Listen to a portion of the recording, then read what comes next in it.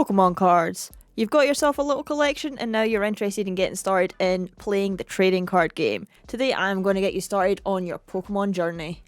I'll take you through learning the game, how to build decks, where to find the cards for those decks, and getting you prepared for your very first tournament.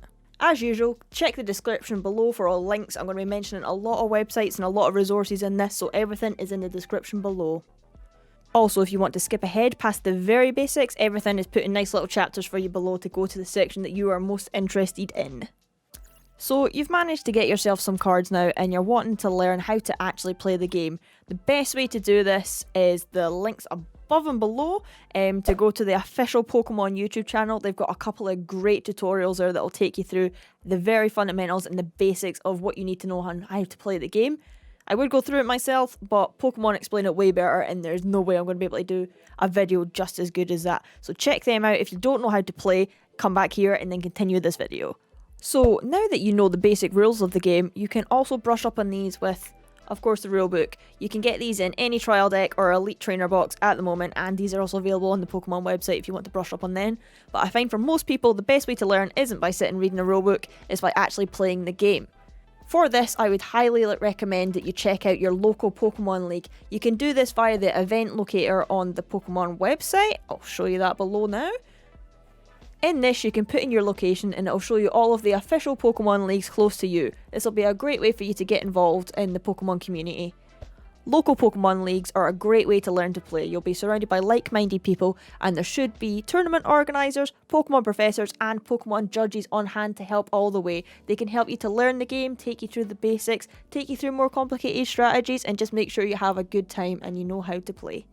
They can also just be a good way to meet more people in the community, get yourself some trades and things on the go, get yourself some new cards, learn some new deck ideas and just generally have some fun with Pokemon.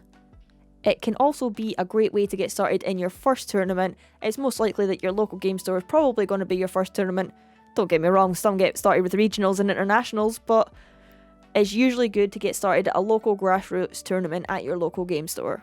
When I owned my own game store, the thing that I enjoyed the most was teaching new people how to play new games. And when you go to your local Pokemon League, the people there should be passionate about Pokemon and be overjoyed to bring new people into the game and show you what is so great about Pokemon and the community at large.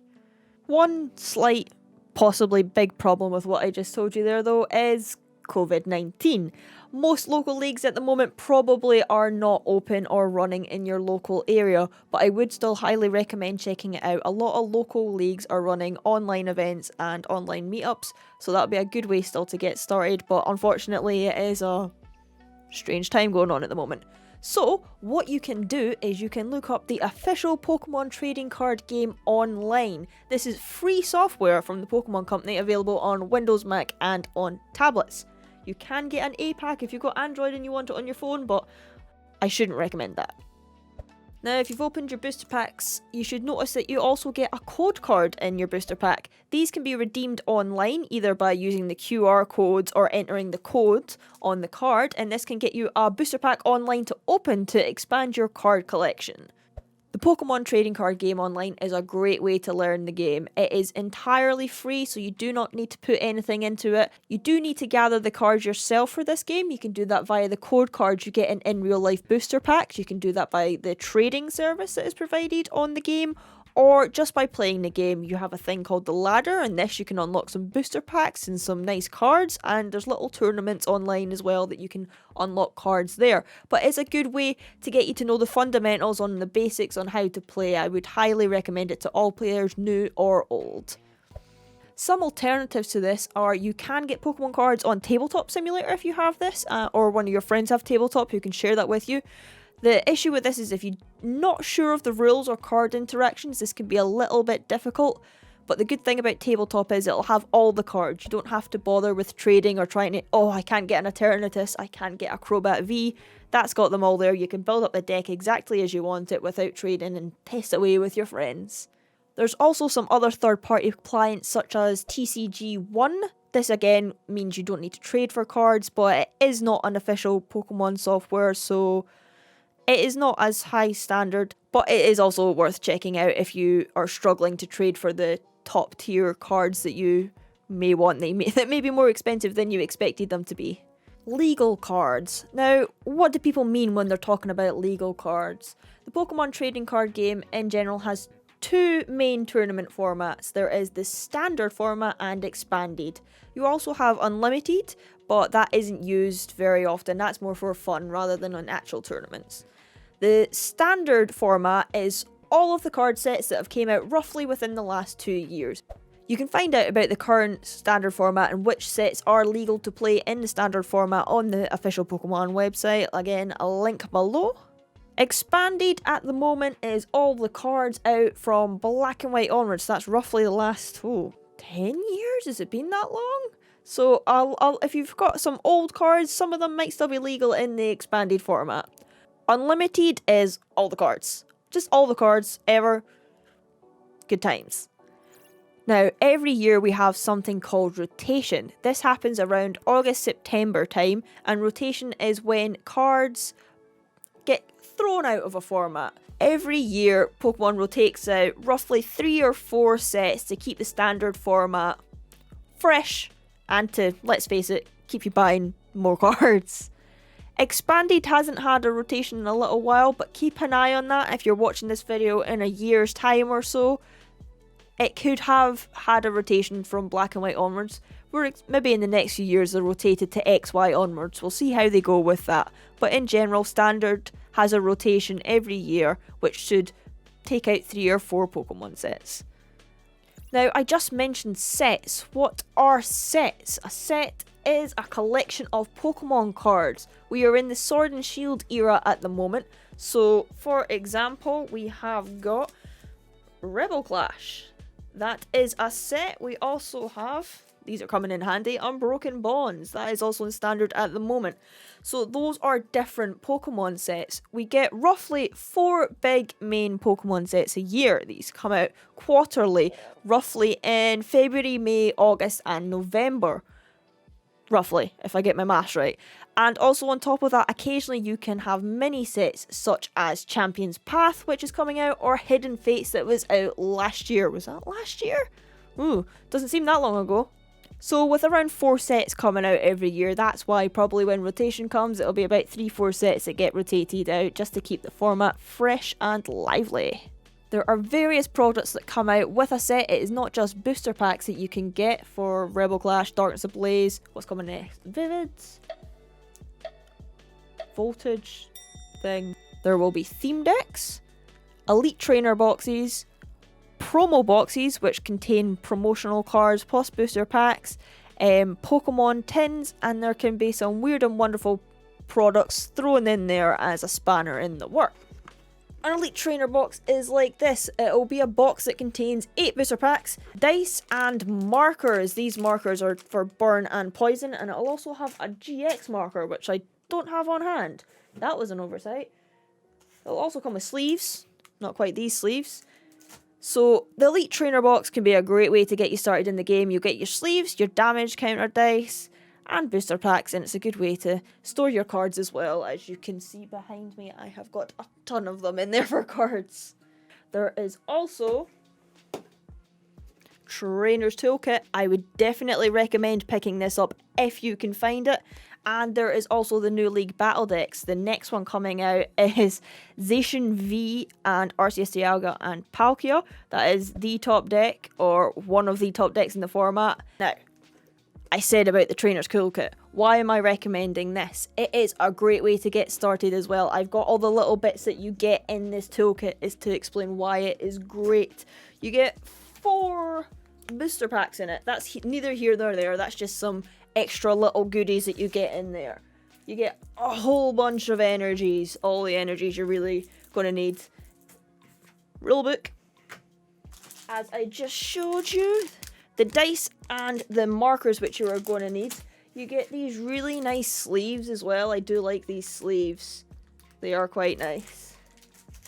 But the main thing you get this toolkit for is it's a great way to get started in the competitive scene. It comes with 2, look at these, 2 nice, chubby, chibi, cute Dedenne.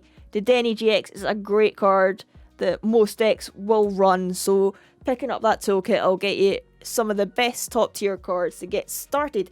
And along, it's not just the Denny. Look at all these. Look at all these trainer cards you get. Boss's Orders. One of the main ones you can get now.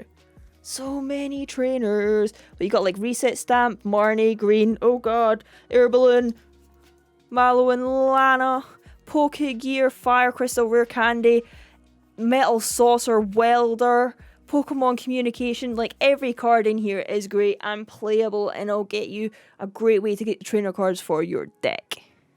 To keep up to date with all the latest Pokemon sets that are coming out, you can check out the Pokemon website. This will keep you informed of the new sets that are coming out later in the year. There are also some really great fan-run sites that can give you really up-to-date, speedy news, such as Pokebeach and Cerebi.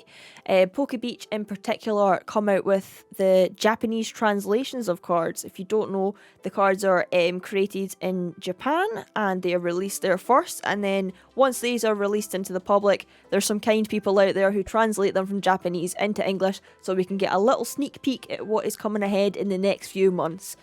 If you're looking to see a full list of cards that are in a particular set, I would also recommend Bulbapedia. This has so much information on there as well. It's great to just see a big list of what cards are legal in this set. Was this card in this set? I can't remember. You can check it on Bulbapedia and that'll have all the information you're looking for and to do with that.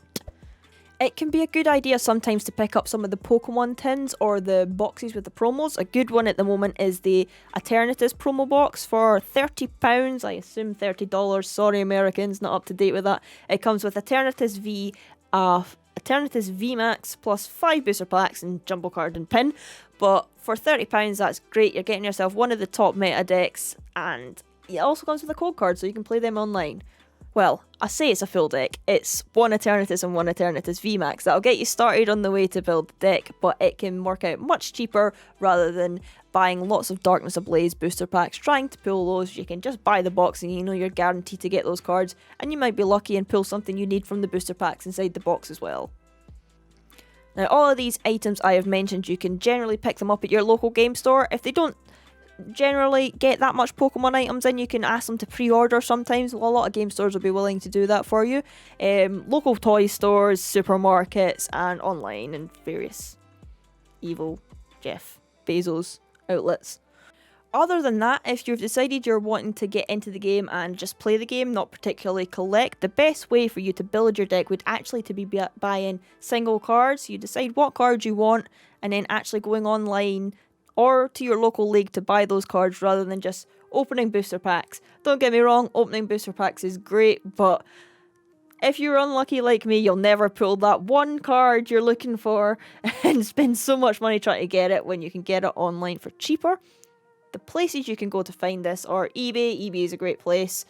You just need to check the conditions and make sure the seller is trustworthy, and there's also a bunch of buying and trading Facebook groups. I've been on these quite a lot and they're actually quite good in my local area anyway. Again, can't speak for you Americans, but I would recommend your local game store. They can hopefully have cards. Card Market, for those living in Europe, is a great website to go to have a look at cards. If you live in Europe, you aren't stuck to just English. You can play, say, German cards, French cards. You can find all the proper information about this on the Pokemon website, so Card Market can be a great resource to look at to get your cards. And if you're American, you have Troll and Toad, and I'm sure you have some others. Sorry, Americans. Deck building. Can you tell I might have forgotten to record this section? Now, deck building is an art that needs to be mastered, and it is incredibly difficult to master, but it's very easy to get started. There isn't some hard and fast rules when it comes to deck building. It's a great opportunity to be creative and see what you can come up with. Now, I'm going to be doing a full video just focusing on deck building. That'll be my next video, hopefully out next week, if not the week after that. And I'll go into this in a lot more detail. I'm just going to go over the very basics at the moment.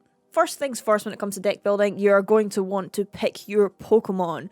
And from this Pokemon, you are going to design your deck around this. So, for example, you could pick Zacian V with ADP, some Mad Party Pokemon, Pikachu Zekrom GX, all good choices, and it doesn't have to be any of these really good top tier decks. You can just pick something fun that you want to make a deck out of, and then we can try and go from there. Once you have selected your Pokemon, now you're going to have to think of how to get your win condition. Your win condition is the way that you're going to win the game. Are you going to take all 6 prizes? Are you going to item lock your opponent, put them out of the game? You're going to mill them out of cards?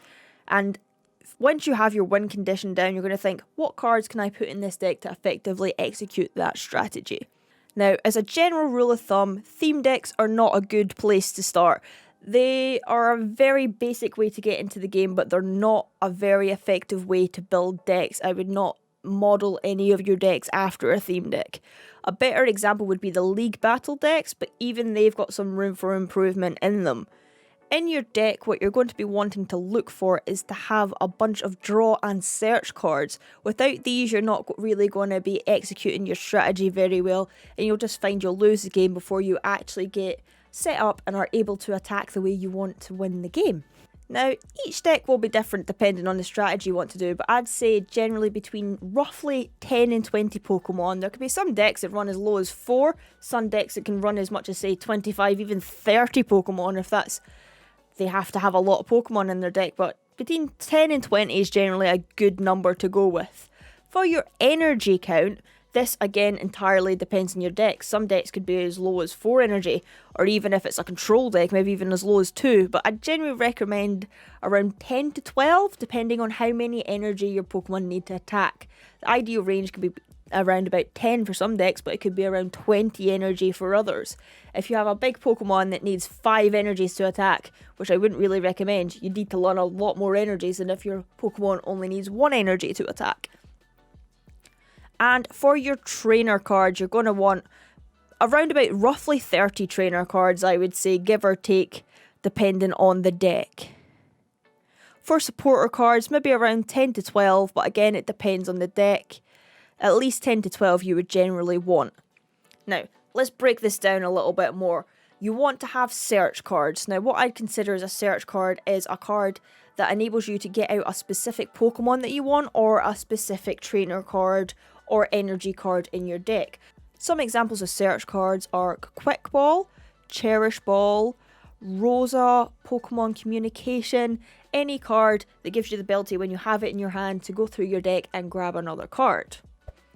Along with these, you will also want to run draw cards. Now, draw cards can come in either the form of Pokemon or trainer cards. Some examples of draw cards are Professor's Research, discard your hand and draw 7 cards.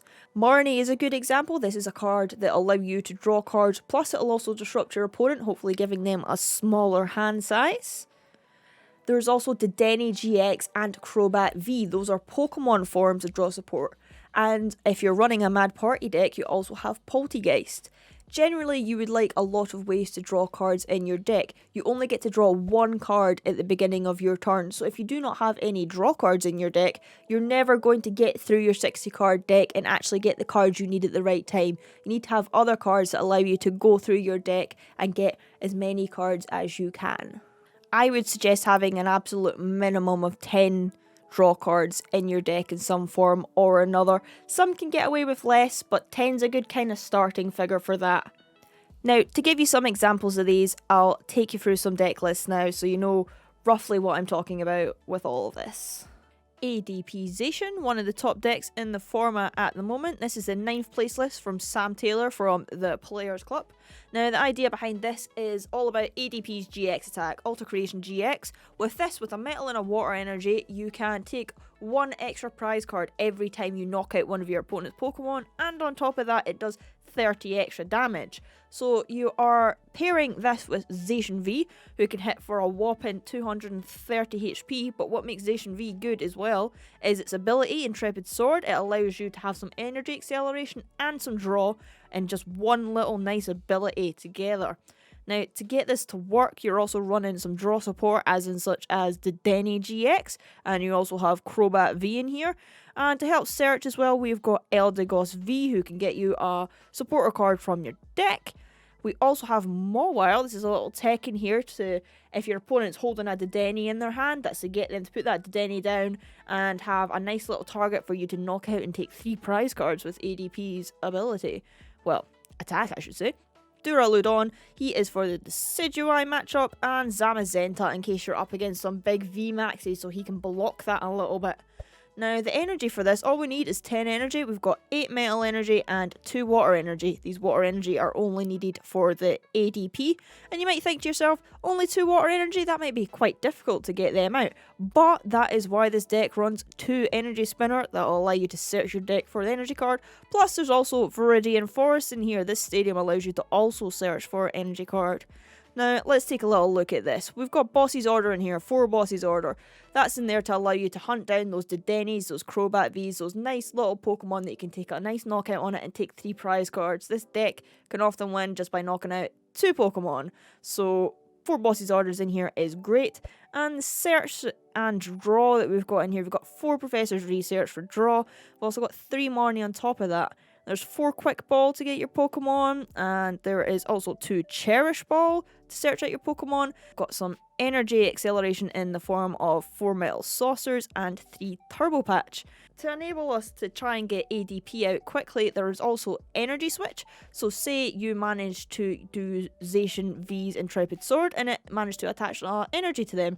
All you need to do is attach your water energy to ADP and then possibly do a little energy switch, move that from the Zacian to the ADP, and then voila, you've got your energies for your GX attack. Some switches in here and air balloons to help you have some mobility, move your Pokemon about. When that ADP is out there, you might want to go straight attacking with your Zacian after that, so you've got to have some way to retreat them. We've got another stadium here, Chaotic Swell, to disrupt your opponent a little bit. So now if we take a little look at this and mix, we've got about 12 Pokemon, 10 energies and 38 trainers. Trainer cards are the most important point when you're building any deck really, so you're going to want to have a lot of trainer cards. Now this is a good list, this is built really well, so it's a good little way to show you what I'm talking about when I'm talking about draw and search cards. Now that was just a quick little look at deck building. There is no right or wrong way to do it. You can experiment and try it yourself. If you think you want more Pokemon, more trainer cards, you go for it. You give it a go and see if it works. You can always change it afterwards. If you're stuck and you're not sure what to do, there's lots of resources online where you can find deck lists that have been doing well and winning, or just a wide variety of them, and I'll cover that later on in the video. Or you can wait until next week where I do my deck building video and I will take you through step by step each stage you need to look at and what cards you should be looking at and including in your decks to make the best decks that you can possibly do. Thinking about taking part in your first tournament, what do you need to do to prepare for this? First thing you're going to need is you're going to need to get yourself a player ID. This is going to be how you're going to be identified in every Pokemon event that you enter. You can get yourself a player ID from your local league, or you can sign up yourself for one of these online. To do this, you'll need to sign up for an account on the official Pokemon website. Once you've done that and you have signed in, click on your profile picture on the left hand side of the page, and then you will click on Play Pokemon Settings on the left hand side. Now, I already have been signed up and I have my own player ID, but if you do not have one, what you should see here is an option to please assign me a new player ID number. This will then ask you to accept the terms and conditions. When you've clicked submit after this, you will be assigned a new player ID and you can see part of my ID here. I'm not going to give out the full thing. It'd probably be fine to give out the full thing, but just in case it's not and somebody wants to use my ID, you know. If you're looking to set up a player ID for your child, it is also possible for you to set up the account in your name, and then you can create a child's account within that account to get them a player ID if they're at that age where it's a bit too young for them to be having their own online accounts. Make sure that you keep a note of this number. A lot of people have it memorised if they play a lot in events. If you want to take part in tournaments, you're going to need to have this number so that they can register you, and so that they can keep track of any championship points you get if you're thinking about going to the World Championships one day. Now, tournaments are broken down into 3 age divisions. You have juniors, seniors, and masters. You can check out the official Pokemon website for the current years each of these people go. Juniors are our youngest players, followed by seniors and masters. All the old people like me, generally. Masters is generally people who are over 16. Juniors is roughly up to age 10, and seniors is in between about 10 to 15, 14, 15, depending on the year you were born.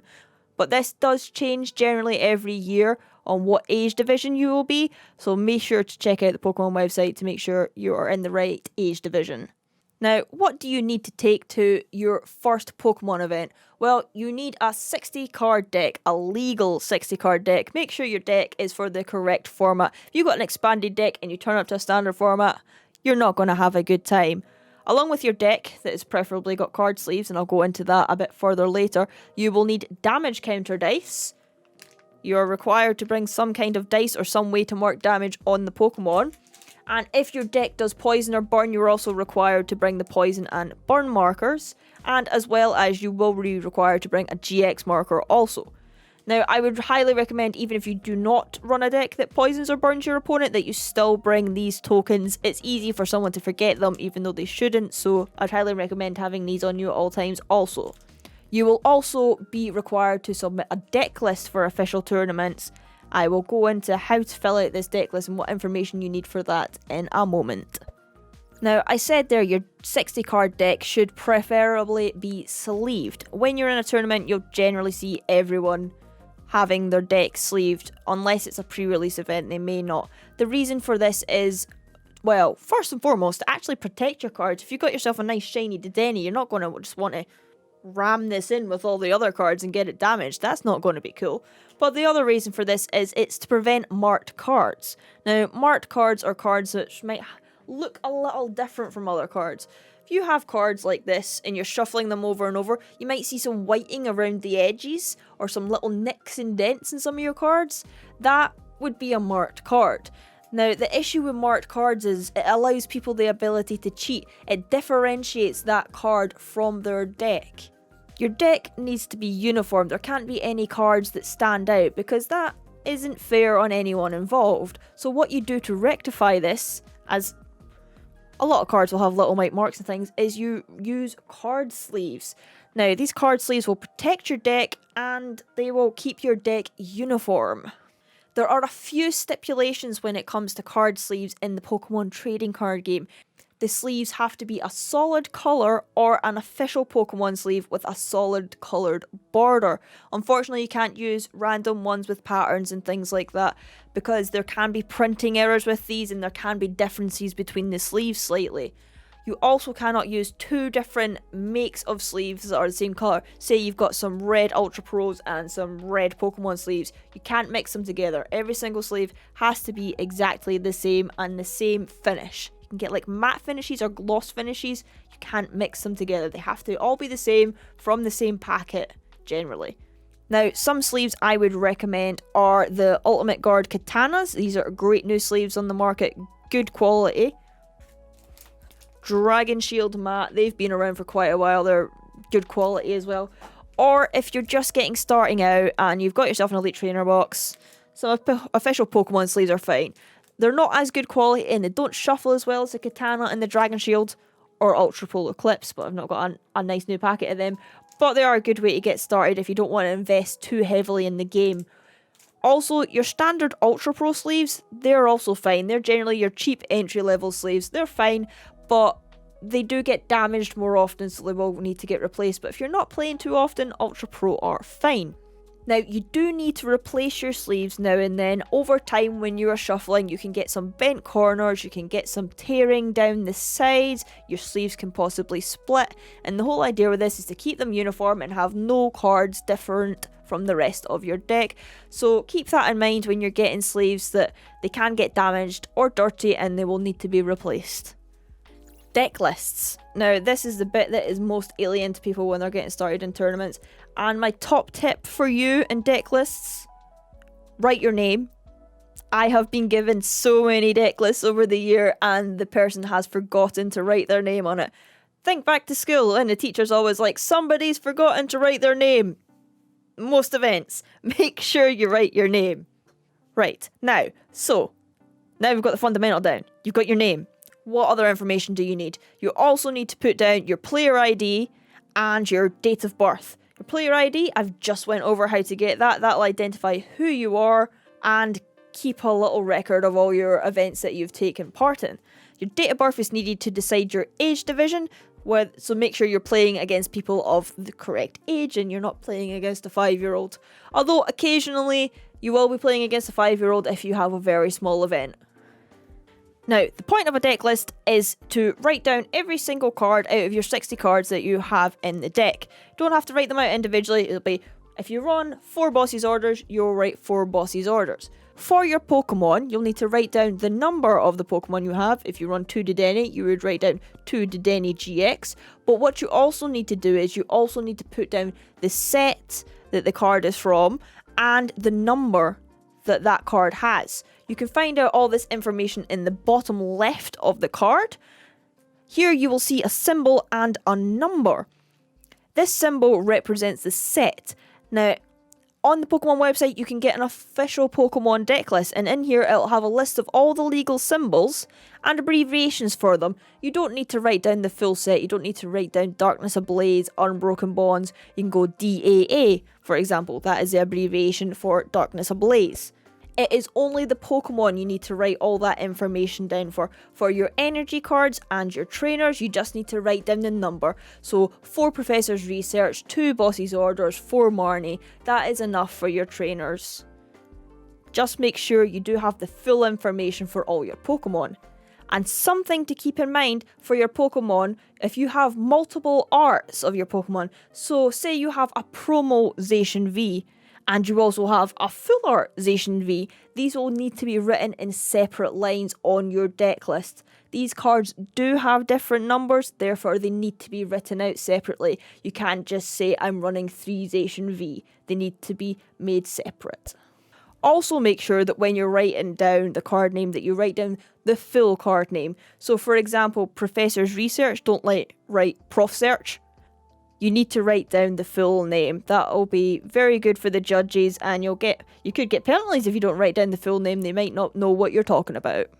Right, you have all that ready. Before you turn up to your game store, make sure that you contact them in some way or another, or if you find out if you can just drop in. For a lot of events, there is pre-registration that you need to go through. This can be just giving them a message on Facebook, sending them an email, because a lot of stores have limited capacities. They might have other events going on at the same time, or they just might be a smaller store and they have a lot of players wanting to come in. So make sure you pre-register yourself to not be disappointed on the day. Now, you've turned up to your game store, get yourself signed in, get yourself paid, go and register with the tournament organiser, sit down, relax, and wait to get going. They will ask you for your deck list and your player ID and any information they need, and if there's any issues, they should contact you. Mingle, meet some other Pokemon friends, do some trades, have some fun, and then they should take you through the tournament. Generally, tournaments are Swiss rounds, and they can either be best of 1 or best of 3. Best of 1 means you just play one game against your opponent, and you win or lose. Best of 3, you play to see who wins the best of 3. So best 2 out of 3 is the winner. These can sometimes result in ties if time runs out. Best of 1 can also result in ties, but it's not as often. Now, there's lots of resources out there in tournament formats. As a very basic term, Swiss means you'll be playing someone who's doing as well as you in the tournament. So say you lose your first round, in the next round you'll be also up against someone generally who lost that round. Then if you've lost 2 rounds, win 2 rounds, you should be facing someone who's also lost 2 and won 2. It keeps the field level, puts the top players at the top to determine who is doing the best in the tournament. And then from this, a top cut can be taken with the top players, and then they will play their own little tournament afterwards to continue and prize the big overall winner. Now that's a very basic way to go over it. I can go into more detail about tournaments, but for now, that's all you really need to know unless you're really interested in getting into the tournament scene. There are various other tournament formats, but it's mostly Swiss that gets played at events. If you're looking to play in the tournaments, I would check out the rules and resources on the Pokemon website. It is a bit different to just playing casually. There's some little nuances that you might not know about. For example, when you play a card such as Quick Ball, when you search your deck, when you do a card search, your opponent has the right to cut or shuffle your deck after you've done that. That is just to alleviate cheating. So if you're just playing with friends, you might not really be doing that, but that's something that you're expected to do.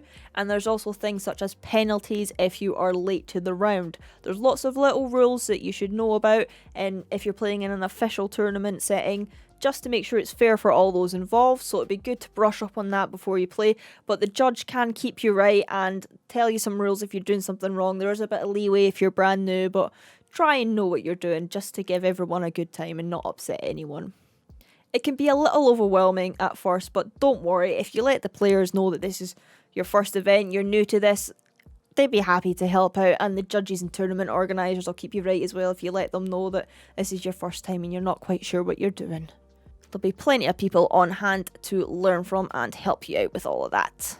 And if you're ever not sure, make sure you ask a judge. If your opponent does something against you, you're like, I'm not sure you can do that, or you're just not sure what's going on, ask a judge. If you're not sure, card interactions, anything, any questions you have, ask a judge. That is what they're there for. It is better to ask a judge in the moment than something happens 10 minutes ago and they can't fix it or rectify it because it's too late. Always ask a judge. Top tip. Judges are nice people too. Ask a judge. So you've maybe played in a couple of tournaments, or you're just interested in getting into the meta game. You're interested in esports. You want to be the very best, like no one ever was. How can you do this? I would highly recommend checking out Limitless. Now, this is run by a former world champion and a whole group of top tier players. The players are great and they provide so much free statistics and content for the community. They're a great bunch of people and who know what they're doing, and the data that they give out is invaluable for players. It's a great way to find what decks are doing well and a breakdown of the deck lists. These can be exported to Pokemon Online if you want to just, oh wow, this deck won that, I'm really interested in that deck. You can export it to the trading card game online and play it yourself if you own those cards also. On Facebook, there is Complexity Card Gaming. Now, what they do is they come out with some great data after events have happened. They come out with some nice pie charts. They come out with some great data and charts giving you a visual representation of how decks have done in a particular tournament, how many people played the deck, how the deck played against other decks.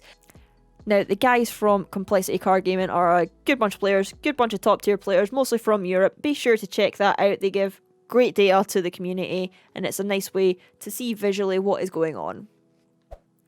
And if you want even more statistics, there is also Pokestats.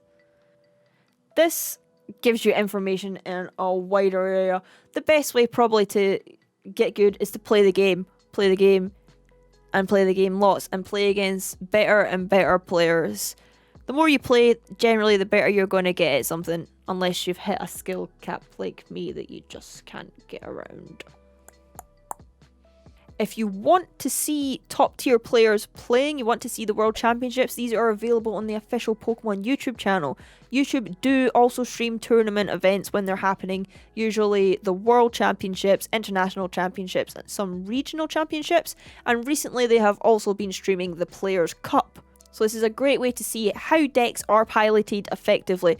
Some of the top tier players may be playing cards in a deck you don't expect, or playing them in a way that you wouldn't expect the deck to be played. It's a great way to check out how other people are approaching the game and how to improve your gameplay yourself. Now, another way to improve is content creators. There is so many content creators for the Pokemon trading card game now, and there are some really top tier people creating content that is free for all of the community to watch and see. Check it out. Search for Pokemon TCG on YouTube. You will find deck profiles. You will find tournaments. There is so much content available. If you want deck lists, there are a couple of Facebook groups you can also check out. There is Verbank City and Hayfont.